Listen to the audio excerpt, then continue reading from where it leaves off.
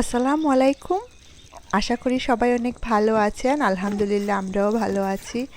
নতুন আরেকটি ব্লগে আপনাদেরকে আমন্ত্রণ করছি। আর যে যেখান থেকে বসে আমার আজকের এই ব্লগটি দেখছেন সবার প্রতি অনেক অনেক ভালোবাসা রইল। আমাদের এখানে এত ঠান্ডা পড়েছে এই বছর, দেখা গেছে যে ডিসেম্বরের দিকে খুব বেশি একটা স্নো হয় নাই।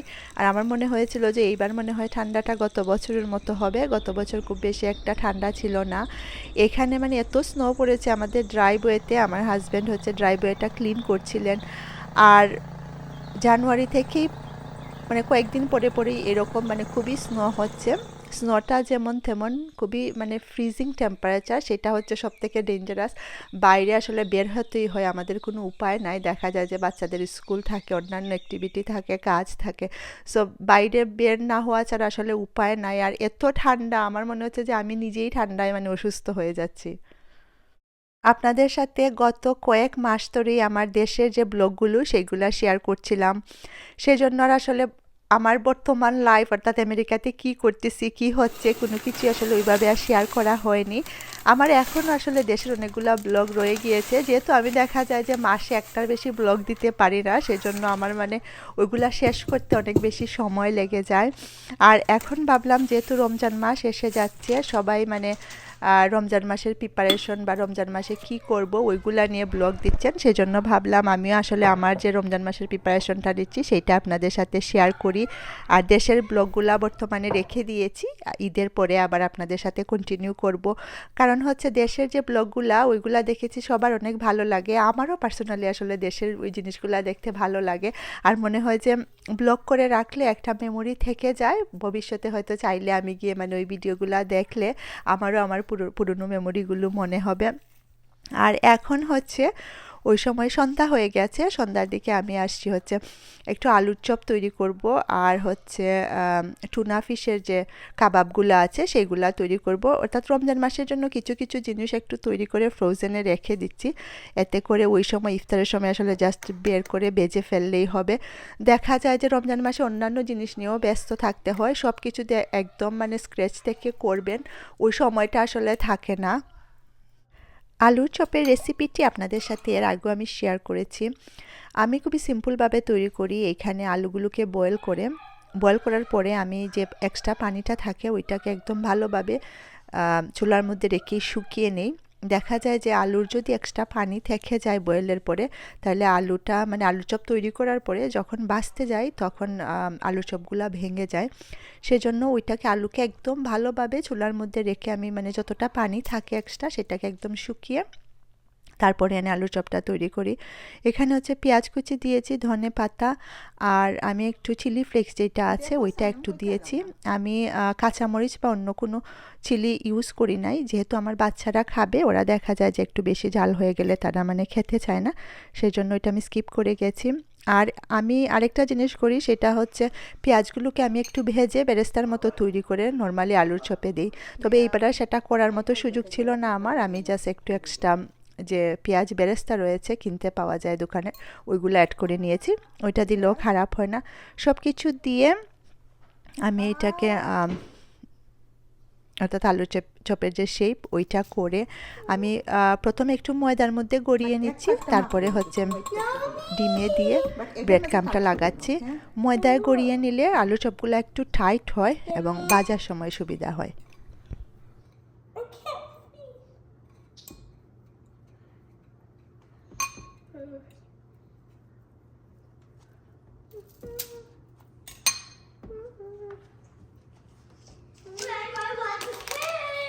একটু মরিয়ে দিই তোমার।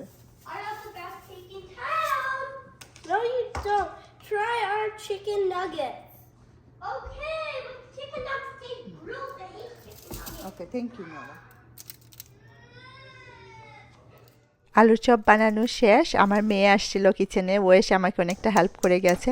তবে ওর ইচ্ছে ছিল আমার সাথে আরও কাজ করার। তবে আমি এত তাড়াহুড়ার মধ্যে কাজগুলো করছিলাম, আমার মনে হচ্ছিল যে অনেক সময় যেটা হয় দেখেন, আপনি যখন খুব তাড়াহুড়ার মধ্যে থাকেন, বাচ্চারা যখন কিচেনে আসে, হয়তো তারা আসে আপনাকে হেল্প করার জন্যই, কিন্তু ওইটা ওই সময় মনে হয় যে আরও বেশি সময় লেগে যায় মায়েদের জন্য কাজটা শেষ করা। সেই জন্য আমি তাকে আসলে অ্যালাউ করি নাই, ও একটু কষ্টই পেয়েছে। আর এখন হচ্ছে আমি আরেকটা তাওয়া বসিয়ে নিয়েছি, বসিয়ে ওইটার মধ্যে আমার যে টুনা ফিশের যে কাবাবগুলা তৈরি করব, ওইটা একটু প্রিপারেশন করে নিচ্ছি। প্যানটা গরম হওয়ার পরে এতে আমি 1 টেবিল চামচের মতো তেল দিয়ে দিয়েছি, দিয়ে এখানে 2 টেবিল চামচ পেঁয়াজ কুচি দিয়েছি। আর পেঁয়াজ, কাঁচামরিচ এবং ধনে পাতাটা একসাথেই কেটে রেখে দিয়েছিলাম একই প্লেটের মধ্যে, সেই জন্য ওইগুলো মানে পেঁয়াজের সাথে কিছুটা চলে আসছে। আর এখানে আমি রসুন এবং আদা ওইগুলাকে এইভাবে কিউব করে করে ফ্রোজেন করে রেখে দিয়েছি রমজান মাসের জন্য। সেইটার আমি দিয়ে দিয়েছি এখানে 1 কিউব রসুন এবং 1 কিউব আদা। আর এখন হচ্ছে টুনা ফিশের যে ক্যানগুলো ওইগুলাকে খুলে যখন ওইটা একটু হালকা সটে হয়ে যাবে তখন দিয়ে দিব।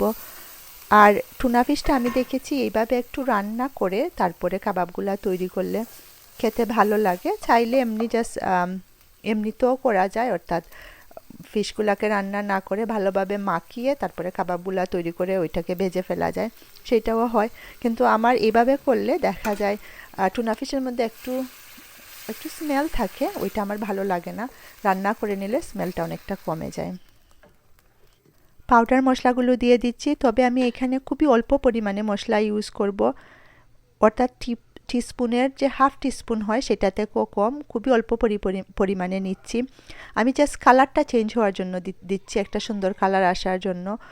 আর এখানে আমি ধনিয়া, হলুদ, জিরা এবং মরিচ এই 4 ধরনের মশলার পাউডার ইউজ করছি। চাইলে আপনারা পাঁচফোড়নটাও ইউজ করতে পারেন, আমি আর মানে করি নাই।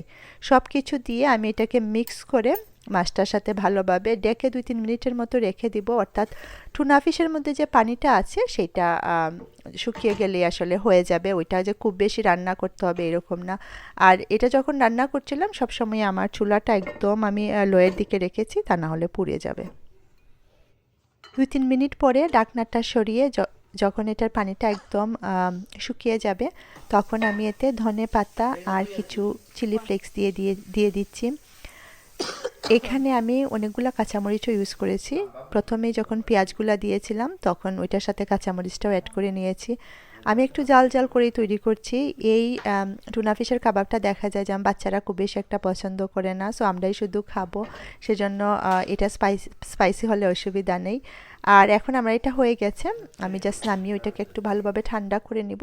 ঠান্ডা করে এখানে হচ্ছে আমি বয়েল করে রাখা কিছু আলু অ্যাড করে নিব।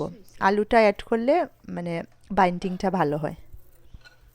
আলুর সাথে সাথে এখানে আমি পেঁয়াজ বেরেস্তা অ্যাড করে নিয়েছি এবং সাথে কিছু ফ্রেশ পেঁয়াজ কুচিও দিয়ে দিয়েছি। দিয়ে সব কিছু মিক্স করে লবণটা দেখেছি ঠিক আছে কি না, যদি লবণ লাগে ওই সময় একটু এক্সট্রা লবণ অ্যাড করা যায়। করে এখন আমি এগুলোকে কাবাবের মতো শেপ দিয়ে দিচ্ছি। আপনারা চাইলে জাস্ট এইভাবেও রেখে দিতে পারেন, তবে আমি অনেকটা আলুর চপের মতো করে এটার মানে করি, অর্থাৎ ময়দার মধ্যে প্রথমে একটু গড়িয়ে নিচ্ছি, তারপরে হচ্ছে ডিম এবং ব্রেড ক্রাম্ব লাগিয়ে নিব। বাট ওইভাবেও রাখা যায়, ওইভাবে ভেজে মানে খেলেও বেশ ভালোই লাগে খেতে। সব কিছু করে আমি এটাকেও ফ্রোজেনে রেখে দিব।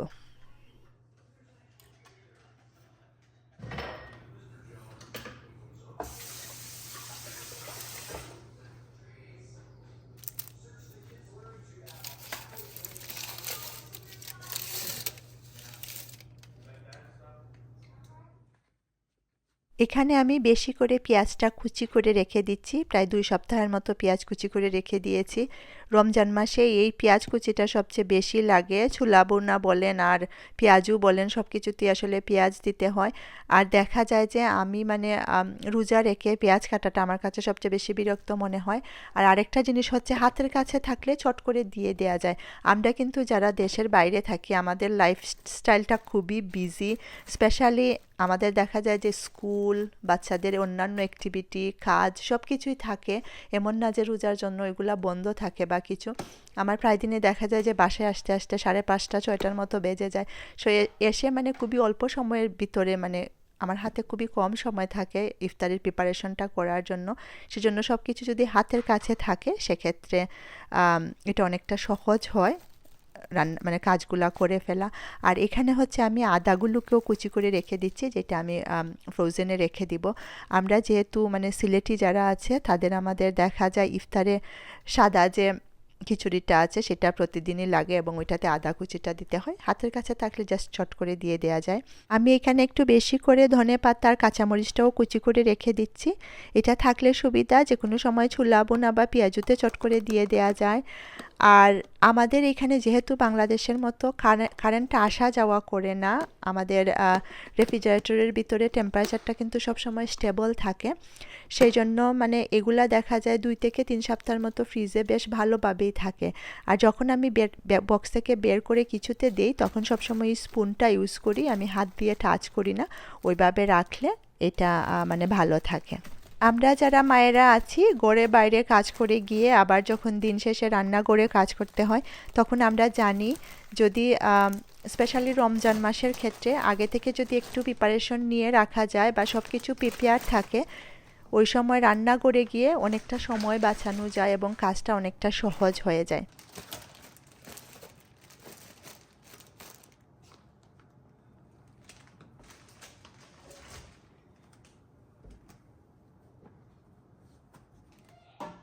আমি যেহেতু অন্যান্য কাজ নিয়ে ওই সময় মানে খুবই বিজি ছিলাম কিচেনে, সেজন্য আমার হাজব্যান্ডকে বলেছি আজকে ডিনারটা তৈরি করার জন্য। আমার হাজব্যান্ড আসলে আমার এক সাইডে কাজ করতেছেন, ডিনার রেডি করছেন। আর এইদিকে হচ্ছে আমি ছোলাগুলোকে কালকে রাত্রি ভিজিয়ে রেখেছিলাম সারা রাত, তারপরে হচ্ছে দিনে বয়েল করে পানিটা বেশ ভালোভাবে ঝরিয়ে নিয়েছি। আর বয়েল করার সময় জাস্ট একটু লবণ দিয়ে দিয়েছিলাম। এখন এটা একদম মানে পানি জড়িয়ে গেছে ভালোভাবে। এখন ছোট ছোট যে স্যান্ডউইচ ব্যাগ আছে ওইগুলাতে করে করে রেখে দিচ্ছি, অর্থাৎ প্রতিদিনের যেটা লাগবে ওইভাবে। এটা থাকলে খুবই সুবিধা হয়, দেখা যায় যে জাস্ট বের করে মানে রান্না করে খেয়ে ফেলা যায়, তা না হলে মানে ভিজিয়ে রাখো, বয়েল করো, তারপরে করো, ওইটা আসলে সম্ভব হয় না। তবে এদেশে আরেকটা জিনিসও আছে, ওইটা হচ্ছে খেনের যে ছোলা, ওইটাও পাওয়া যায় এখানে, চাইলে ওইগুলো এনেও রান্না করা যায়। তবে খেনের জিনিস আমার খুব বেশি একটা ভালো লাগে না পার্সোনালি, সেই জন্য আমি আর আমার মতো করে এইভাবে প্রিপারেশনটা নিয়ে রেখে দিই ছোলার ক্ষেত্রে। আর আমাদের ডিনারটাও রেডি হয়ে গেছে, আমরা সবাই এখন বসছি ডিনার খাওয়ার জন্য। It's not that bad. Tastes like restaurant.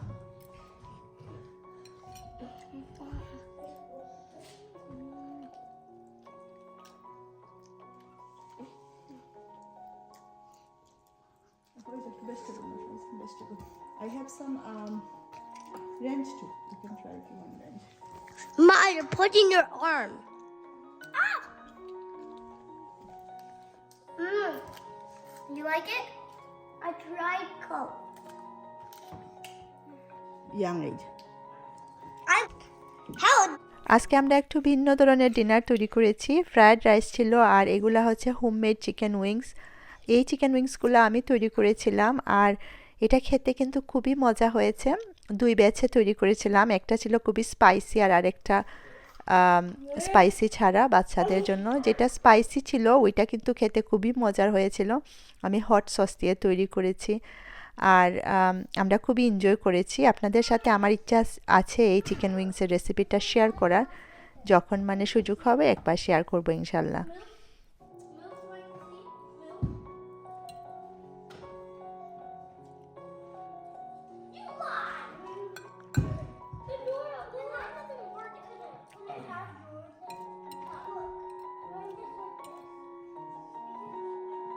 ওই সময় কিন্তু রাত্রে 10টা বাজে, আমি উইন্ডো দিয়ে এই অংশটা রেকর্ড করেছি। তবে বাইরে দেখে মনে হচ্ছিল বাইরেটা এত বেশি মানে পরিষ্কার, একদম দিনের মতো মনে হচ্ছে। আমাদের দেখা যায় যে দিনে স্নো হয় ওই দিন রাতের বেলা আকাশে খুব বড় একটা চাঁদ উঠে আর সাথে সাথে সব কিছু এত মানে আলোকিত এবং পরিষ্কার হয়ে যায় রাত্রে, মানে 3টার সময় আপনার মনে হবে ওইটা মনে হয় দিনের বেলা, খুবই আলোকিত। আমি তবে চারটা আমার ক্যামেরায় আনতে পারি নাই, ওইটা গাছের পেছনে পড়ে গিয়েছিল, আর যেহেতু আমি ঘরের ভিতর থেকে রেকর্ডটা করছিলাম, কিন্তু খুব সুন্দর ছিল আকাশটা।